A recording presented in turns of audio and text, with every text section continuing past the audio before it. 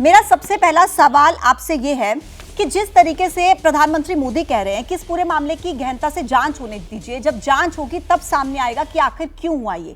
लेकिन राहुल गांधी हो या फिर अखिलेश यादव हो, वो कह रहे हैं कि ये बेरोजगारी की वजह से हुआ है। अनुमा जी, क्या आपका भी ये मानना है कि इतनी बड़ी सेंधमारी सुरक्षा में, क्या इसके पीछे बेरोजगारी का ही एक एंगल है कि बेरोजगार युवा आते हैं और इस तरीके से आतंक मचाते हैं पार्लियामेंट में आके? पूजा जी, आपको और आपके दर्शकों को मेरा नमस्कार। आज जो बात आपने बिल्कुल एक लाइन में कर दी, वो तो बात ऐसी है ही नहीं। हम सभी जानते हैं संसद की सुरक्षा में जो चूक हुई है। मैं खुद भारतीय वायुसेना से आती हूँ, मैं जानती हूँ 24 साल की सर्विस के दौरान मैं जानती हूँ कि जो हमारी लोकतांत्रिक संस्थाएं हैं वो कितनी अहम होती हैं। उनकी सुरक्षा हमारे देश के सम्मान की बात है। लोकतंत्र का मंदिर संसद को कहते हैं, ये केवल एक जुमला नहीं है जो प्रधानमंत्री मोदी बोला करते हैं। और जो आप बात कह रही हैं, बात पूरी की पूरी कुछ और है।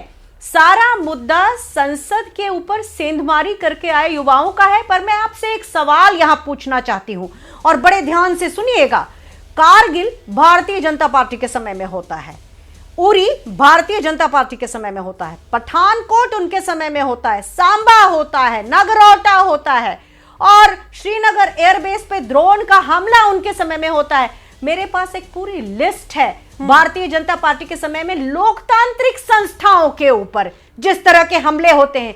ये इंटेलिजेंस फेलियर केवल भारतीय जनता पार्टी की सरकार में क्यों होता है? उसका कारण है इनका अहंकार है। देश तो इन्होंने बनाया नहीं, तिनका तिनका करके कांग्रेस के और आगे आने वाली पार्टियों ने देश बनाया। इनको सजी सजाई थाली मिली थी।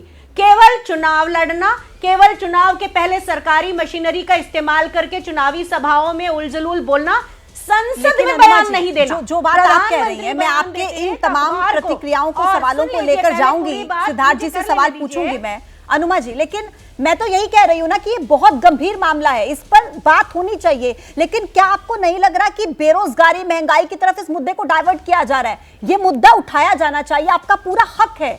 सुरक्षा में चूक का मुद्दा बहुत गंभीर है, लेकिन आपको नहीं लग रहा कि डाइवर्जन हो रहा है मुद्दे का बेरोजगारी की बात कहकर?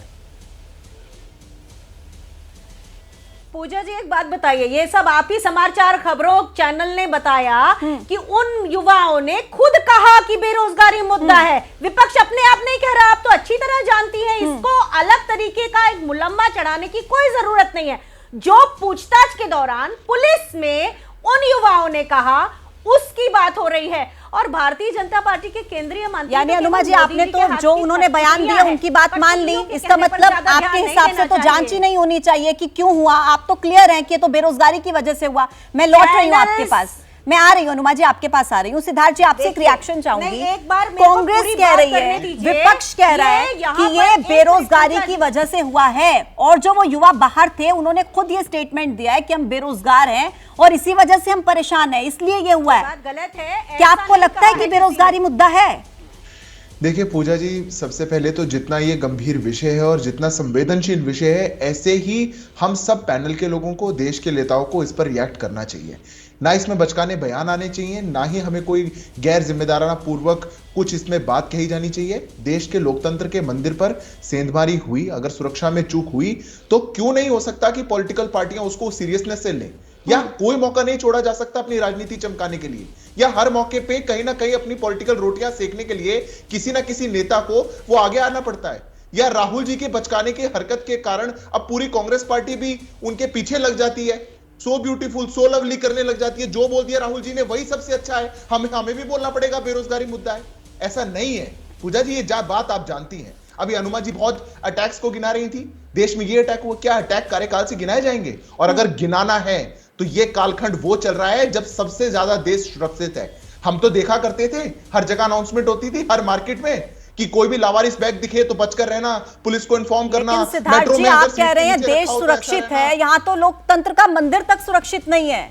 किस तरीके से सुरक्षा में सेंधमारी लगा दी जाती है? सिद्धार्थ जी, एक मिनट, मेरा सवाल सुनिए। मेरा सवाल आपसे ये है कि वो युवा तो खुद कह रहे थे ना कि हम बेरोजगारी की वजह से प्रदर्शन करने के लिए यहाँ पर आए हैं, हम सरकार को जगाना चाहते हैं। तो आप इस मुद्दे को ये तो नहीं कह सकते ना कि मुद्दा कोई है ही नहीं, बेरोजगारी है ही नहीं, आप ये तो नहीं कह सकते ना। आप मुझे 30 सेकंड दीजिएगा, मैं पूजा जी इसका जवाब दूंगा। मैं अपनी बात भी पूरी कर देता हूं। आज वो कालखंड चल रहा है जब देश के हर नागरिक के मन से वो डर निकल चुका है, जो डर एक बैठ चुका था। देश का कोई शहर ऐसा नहीं था जहां बम विस्फोट नहीं हुआ करते थे, आतंकी हमले नहीं हुआ करते थे, आतंकी देश के कोने कोने तक पहुंच गए थे। आज हम सुरक्षित हैं और अनुमा जी जैसे लोग और इनकी पॉलिटिकल पार्टियां अगर नैरेटिव बनाना चाहती हैं तो देश तो इनको बार बार जवाब दे रहा है। अब इन युवाओं की बात करते हैं। कौन सा दिन चुना गया? 13 दिसंबर, जब भारत की संसद पर हमला हुआ था। मौका देना चाहिए और इन्होंने आकर के अनुमा जी आ रही हूं कौन आपके से पास। किस अनुमा जी को या कौन से राहुल जी को जाकर के बताया था कि हम बेरोजगार हैं? अरे एफआईआर तो पढ़िए। अरे जूतों को बेरोजगार लोगों ने फ्लाइटें ली, देश के कोने कोने से आकर के मिले, जूतों में छेद करवाए, स्पेशल जगह से डिजाइन करवाए, उसके अंदर कैनिस्टर लगवाया, और राहुल जी उनको कवच पहनाने के लिए कहेंगे कि वो बेरोजगार है। ये सिद्धार्थ जी, आप एक बहुत बड़ा आपने एक स्टेटमेंट दिया, बयान दिया। जैसे ही घड़ी का काटा दोपहर 2:30 पे आए, बबीता जी का दिल सास बहू साजिश के लिए मचल जाए। और ये है इनकी बहू, पूरे दिन ऑफिस की टेंशन हो जाए गॉन जब ये करें अपना फेवरेट शो फ्री टाइम पे ऑन। इनकी तरह आप भी देखिए अपना फेवरेट शो अपने टाइम पर और डाउनलोड कीजिए एबीपी लाइव ऐप अपने स्मार्ट टीवी पर।